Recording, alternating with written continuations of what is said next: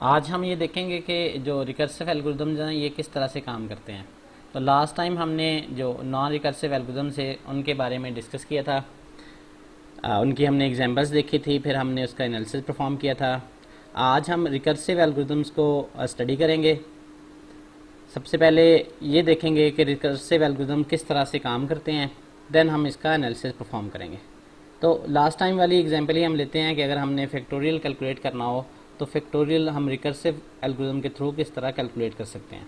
तो हमें गिवन है कोई नंबर n है, हम ये चाहते हैं कि इसका हम फैक्टोरियल कैलकुलेट करें। तो यहाँ पे जो हम रूल यूज़ करेंगे वो ये यूज़ करेंगे कि हमें ऑलरेडी पता है कि ज़ीरो का जो फैक्टोरियल है दैट इज़ 1। अब इसको हम कहेंगे ये हमारा जो है वो ये बेस केस है।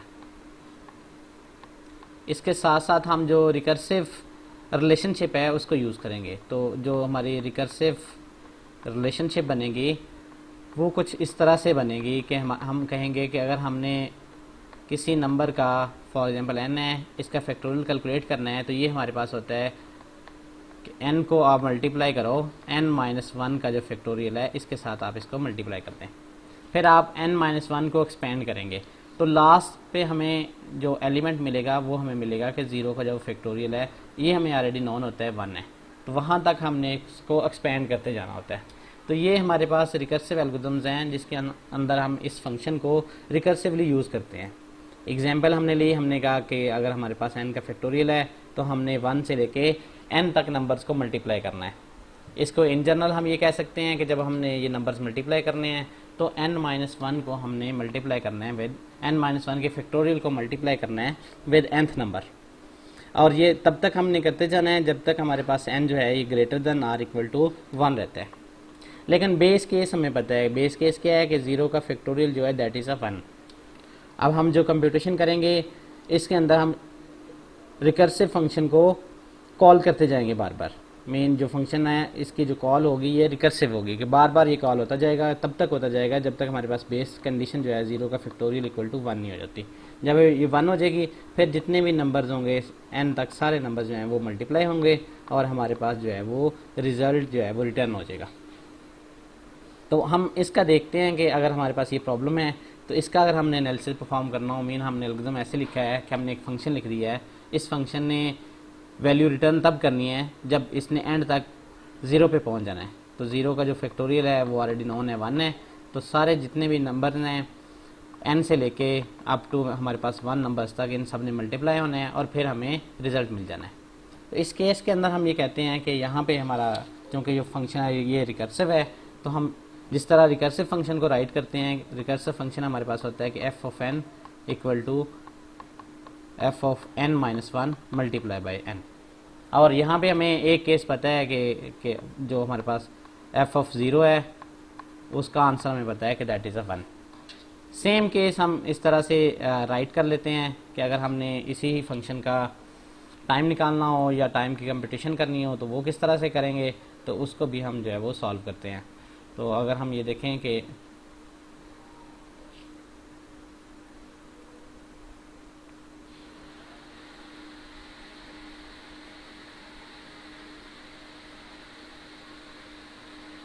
हमने ये कहा है कि जो रिकर्सिव रिलेशनशिप है वो कुछ इस तरह से है कि f of n is equal to f of n-1 multiply by n। अब यहाँ से हमने कंप्यूटेशन टाइम निकालना है कि जब ये मल्टीप्लिकेशन होगी तो उसके लिए टोटल टाइम कितना लगेगा। तो हम कहेंगे जो मल्टीप्लिकेशन n की है इसके लिए जो टाइम लगेगा that will be equal to m of n-1। और इसके अंदर चूँकि हमने एक दफ़ा इसको कर लिया है, कंप्यूट कर लिया है, तो इसके अंदर 1 ऐड कर देंगे।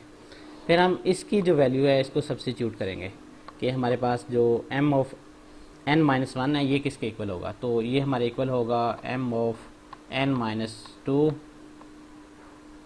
प्लस 1 इसके इक्वल होगा और इसके अंदर हमने 1 ऐड कर देना है।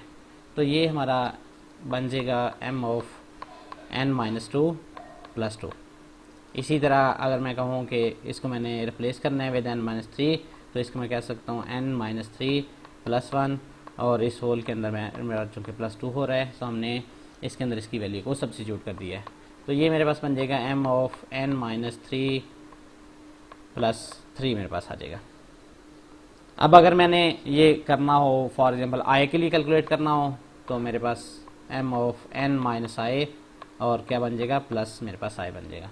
अगर मैं कहूँ i इज इक्वल टू मेरे पास n है तो इसके लिए मुझे बताओ, तो इसके लिए मेरे पास क्या हो जाएगा m of n minus n और मेरे पास यहाँ पे आ जाएगा प्लस यहाँ पे मेरे पास चूँकि i इक्वल टू n है तो n आ जाएगा। तो मुझे m ऑफ 0 ऑलरेडी पता है प्लस मेरे पास n है। m ऑफ 0 मेरे पास किसके बराबर है, दैट इज इक्वल टू मेरे पास है 1 के बराबर है। तो इन जनरल मैं कहूँगा इसका जो मेरे पास आंसर आया है that is equal to n। तो मैं कहूँगा ये जो इसका फैक्टोरियल की रिकर्सिव एल्गोरिथम जब रन होगा तो इसका जो रनिंग टाइम कम्प्लेक्सिटी है that will be equal to order of n। अब हम दूसरी एग्जांपल भी देखते हैं, उससे भी आपको थोड़ा सा समझ आएगी कि ये जो हमारी रिकर्सिव कॉल होती है इसके साथ हम किस तरह से काम करते हैं। तो हम इसकी जो नेक्स्ट एग्जांपल है उसको लेते हैं।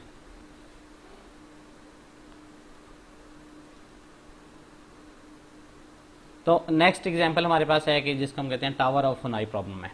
अच्छा, इसमें हम थोड़ा सा ये देख लेते हैं कि जब हम इसकी रिकर्सिव कंप्यूटेशन करते हैं तो उसके अंदर हमारा एल्गोरिथम किस तरह से नज़र आता है। तो एल्गोरिथम के अंदर हमने चूँकि एक नंबर पास करना है इसको, तो जब हम नंबर पास कर रहे होते हैं तो जब इसकी वैल्यू हम कहते हैं इक्वल टू 0 है तो आपने 1 रिटर्न कर देना है, अदरवाइज हमारे पास एल्स जो रिटर्न होना है वो फंक्शन के जो हमारे पास नंबर है उसने मल्टीप्लाई होते जाना है। अब मल्टीप्लाई जब इसने किससे होना है तो इसने हमारे पास n से मल्टीप्लाई होना है।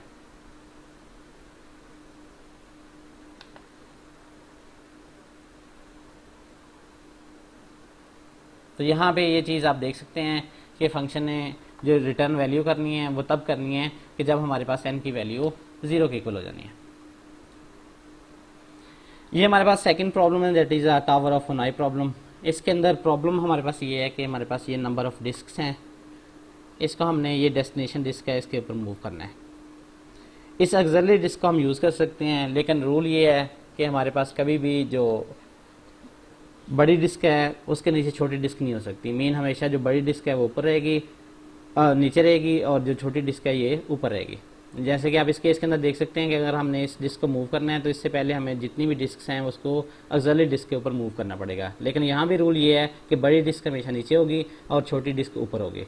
जब हम इसको ऑक्सिलरी डिस्क के ऊपर सबको मूव कर लेते हैं फिर हम ये वाली जो डिस्क है इसको मूव करेंगे डेस्टिनेशन के ऊपर, और उसके बाद ये बाकी जितनी भी सारी डिस्क हैं इनको मूव करेंगे। लेकिन ऑर्डर ये मूव इस तरह से मूव करेंगे कि हमारे पास जो बड़ी डिस्क है ये पहले मूव होगी, फिर हमारे पास जो उससे छोटी डिस्क है और लास्ट के ऊपर छोटी डिस्क मूव होगी।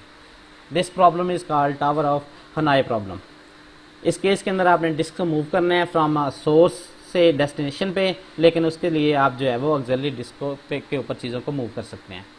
अब इसमें हमने क्या करना होगा, इसका एल्गोरिथम बड़ा सिंपल होगा कि सबसे पहले हमने जितनी भी टोटल अगर n डिस्क हैं n-1 डिस्क को मूव करना है ऑक्सिलरी डिस्क के ऊपर, फिर हमने मूव करना है ये जो लास्ट डिस्क है इसको डेस्टिनेशन के ऊपर, और देन हमने ये जो बाकी डिस्क बची हैं इनको मूव कर देना होता है डेस्टिनेशन के ऊपर। लेकिन रूल का आपने ख्याल रखना है कि कभी भी हमने इस तरह से मूव नहीं करना कि जो छोटी डिस्क है इसके ऊपर बड़ी डिस्क है। हमेशा जो बड़ी डिस्क होगी उसके ऊपर उससे छोटी डिस्क होगी, उससे ऊपर उससे छोटी, और लास्ट पे जो सबसे छोटी डिस्क है ये हमारे पास आएगी। तो ये हमने ये प्रॉब्लम समझ ली है। इसका जो एल्गोरिथम है ये भी बड़ा सिंपल है कि फर्स्ट में हमने ये करना है कि n-1 डिस्क को मूव करना है ऑक्सिलरी डिस्क के ऊपर, फिर लास्ट वाली को मूव कर देना है हमने डेस्टिनेशन पे, और फिर जो हमारी ये जो n-1 डिस्क है इनको मूव कर देना है डेस्टिनेशन डिस्क के ऊपर। तो यही एल्गोरिथम के अंदर राइट किया हुआ है कि स्टेप 1 के अंदर आपने मूव करना है n-1 डिस्क को सोर्स से ऑक्सिलरी डिस्क के ऊपर, फिर हमारे पास जो nth डिस्क है आपने इसको मूव कर देना है डेस्टिनेशन डिस्क के ऊपर, देन हमने ये जो हमारे पास लास्ट पे बची है डिस्क n-1 डिस्क बची हैं इनको हमने मूव कर देना है ऑक्सिलरी डिस्क से डेस्टिनेशन डिस्क के ऊपर। मीन यहाँ पे जो आपको नज़र आ रहा है कि हमने जब सारी डिस्क मूव, फर्स्ट पे हमने सिंगल डिस्क मूव की है बड़े वाली, फिर हमने ये जितनी डिस्क हैं इनको इसके ऊपर मूव कर दिया। अब हम इसका एनालिसिस परफॉर्म करते हैं और हम देखते हैं कि यहाँ पे हमारे पास जो रिलेशनशिप है ये किस तरह से बनती है। तो यहाँ पे हमने चूँकि ये टास्क परफॉर्म करना है, टास्क परफॉर्म करने के लिए हमें क्या करना पड़ता है n-1 डिस्क को मूव करना पड़ता है ऑन किसके ऊपर, ऑक्सिलरी डिस्क के ऊपर। इसी तरह फिर हमें इस डिस्क के ऊपर सिंगल डिस्क को मूव करते हैं तो हम कहते हैं +1 है। देन हमने ये जो n-1 है इनको भी मूव करना है यहाँ पे, तो हम कहते हैं कि इसके साथ हमने n-1 को ऐड कर लेना है। तो इन जनरल मैं अगर इसकी इक्वेशन राइट करूँ तो मेरे पास इक्वेशन ये बन जाएगी कि m of n is equal to m of N minus one plus, क्योंकि मैंने डेस्टिनेशन के ऊपर मूव करनी है, फिर मैं कहूँगा कि M of N minus one है। इसको हम इन जनरल राइट कर लेते हैं कि चूँकि मेरे पास दो दफ़ा M of N minus one आ रहा है, तो मैं कहूँगा two M of N minus one plus one मेरे पास इसकी रिलेशनशिप बन रही है। अब हम इस रिलेशनशिप को एक्सपेंड करते हैं और इससे हम रिजल्ट्स को कैलकुलेट करके देखते हैं। तो यहाँ तक जो मेरे पास रिलेशनशिप बनी थी that was M of N is equal to two M of N minus one plus मेरे पास यहाँ तक ये रिलेशनशिप बन गई थी। अब मैंने इसके अंदर मुझे एक ये चीज़ पता है कि अगर मेरे पास यहाँ पे जो लास्ट पे कुछ भी नहीं बचता, M of one is equal to one, तो ये मेरे पास रिलेशनशिप है। मीन ये मेरे पास बेस केस है कि अगर एक ही डिस्क होगी तो बड़ी आसानी से मूव हो जाएगी। अगर मुझे बाकी सारे डिस्क से पहले मूव करना पड़ेगा ऑक्सिलरी डिस्क के ऊपर, फिर ऑक्सिलरी डिस्क से डेस्टिनेशन डिस्क के ऊपर चीज़ों को मूव करूँगा। अब यहाँ पे हम इसको थोड़ा एक्सपेंड करके देखते हैं कि अगर मैं एम ऑफ एन के अंदर रिप्लेस कर दूँ कि मेरे पास एम ऑफ एन जो है वो आया है two of M of N minus one plus one आया है। तो इसके अंदर मैंने अगर इसको रिप्लेस करना है एन माइनस टू से, तो वो किस तरह से कर सकता हूँ। तो टू मेरे पास बाहर रहेगा, यहाँ पे मैं लिख दूँगा two of N minus two, और यहाँ पे मेरे पास प्लस वन आ जाएगा और साथ मैंने यहाँ पे प्लस वन कर देना है। तो ये मेरे पास आ जाएगा, चूँकि टू का स्केयर बन जाएगा, M of N minus two plus one आ जाएगा। हम इसको एक और दफ़ा एक्सपेंड करते हैं कि एन माइनस थ्री के लिए एक्सपेंड करके देखते हैं। तो जब मैं इसको एन माइनस थ्री के लिए एक्सपेंड करूँगा तो ये मेरे पास आ जाएगा टू ऑफ टू इंटू मेरे पास आ जाएगा two M N minus three आ जाएगा, प्लस मैंने इसमें वन करना है, यहाँ पे प्लस टू प्लस वन मेरे पास आ गया। तो इसको मैं राइट कर सकता हूँ two raise power three M of N minus three plus ये मल्टीप्लाई हमारे पास हो जाएगा टू मल्टीप्लाई बाय वन आ जाएगा, तो ये two raise to power two plus two आ जाएगा और प्लस मेरे पास वन आ रहा है। तो ये मैं ये कह सकता हूँ कि ये मेरे पास अगर मैंने इसको एन माइनस थ्री के लिए एक्सपेंड किया तो टू रेज की power three M of N minus three plus two raise की पावर टू प्लस वन आ रहा है। तो इसको मैं अगर कहूँ कि मैंने किसी आयत के लिए करना है, कोई आय नंबर है उसके लिए करना है, तो ये मेरे पास बन जाएगा, क्योंकि आई टाइम होगा तो यहाँ पे आ जाएगा टू रेज की टू की पावर मेरे पास आई आ जाएगा, एम एन माइनस आई आ जाएगा। इसी तरह ये चूँकि आई की वैल्यू मेरे पास फॉर एग्जांपल आई की वैल्यू यहाँ पे थ्री थी, तो यहाँ पे इसकी वैल्यू कम आ रही थी, तो मैं इसको कह दूंगा कि आई माइनस वन है plus two I minus to है, और ये अप टू जाता जाता मेरे पास अगर n की वैल्यू बड़ी होगी तो उस केस के अंदर मेरे पास ये इसकी बहुत सारी वैल्यूज़ आ जाएंगी और n पे लास्ट में मेरे पास इसकी वैल्यू वन आ जाती है। अब हम इसको एक्सपेंड कर सकते हैं कि इसको हम इकट्ठा करके लिखते हैं कि फॉर एग्जांपल मेरे पास अगर हो कि टू रेज टू की power I minus one plus two raise to power I minus two और प्लस अप टू मेरे पास ये वन यहाँ तक कोई नंबर हो, तो इसको हम इन जनरल राइट कर सकते हैं टू रेज टू की पावर आई माइनस वन से रिप्लेस कर सकते हैं। तो मैं इस इक्वेशन के अंदर इस चीज़ को रिप्लेस कर देता हूँ, टू रेज टू की power I M N minus I plus two raise two की पावर आई माइनस वन मेरे पास आ जाएगा। तो ये मैंने इस चीज़ को जो है वो समराइज़ कर दिया है कि जो मेरे पास बाकी पार्ट आ रहा था, कांस्टेंट पार्ट आ रहा था, उसको मैंने इस रिलेशनशिप से रिप्लेस कर दिया है। अब मैंने ये करना है कि यहाँ पे मैं अगर आई की जगह एन माइनस वन सब्सिट्यूट करता हूँ तो मेरे पास क्या रिजल्ट आता है, तो मेरे पास रिजल्ट आ जाएगा two into N minus I, चूँकि मैंने आई का रिप्लेस करना है अब एन माइनस वन से, एम ऑफ मेरे पास आ जाएगा N minus N plus one plus two raise two का पावर एन माइनस वन, और यहाँ पे मेरे पास माइनस आई आ जाएगा, माइनस वन आ जाएगा। अब मुझे मेरे पास यहाँ पे आ जाएगा two raise to power N minus one, M of ये आपस में कैंसिल हो जाएंगे, एम ऑफ वन आ जाएगा plus two raise to power N minus one one आ जाएगा, और ये मेरे पास बन जाएगा टू एन माइनस वन। मुझे पता है कि एम ऑफ वन मैं ऑलरेडी जानता हूँ, M of one is equal to क्या था, वन था, तो ये किससे रिप्लेस हो जाएगा with one plus two raise to power N minus one. यहाँ पे मेरे पास चूँकि ये आ गए हैं ये टू एन माइनस वन, मैं इन दोनों में से कॉमन ले लेता हूँ तो मेरे पास बाकी बचेगा वन प्लस वन और इसमें से माइनस वन मेरे पास है। अब इसको मैं राइट कर सकता हूँ 2 raise power n minus one into 2 raise to power 1 minus one. तो ये मैं इनकी पावर जब ऐड होंगी तो ये बन जाएगा 2 raise to power n minus one plus one minus one, और ये आपस में कैंसिल हो जाएंगे, तो ये रह जाएगा 2 raise to power n minus one.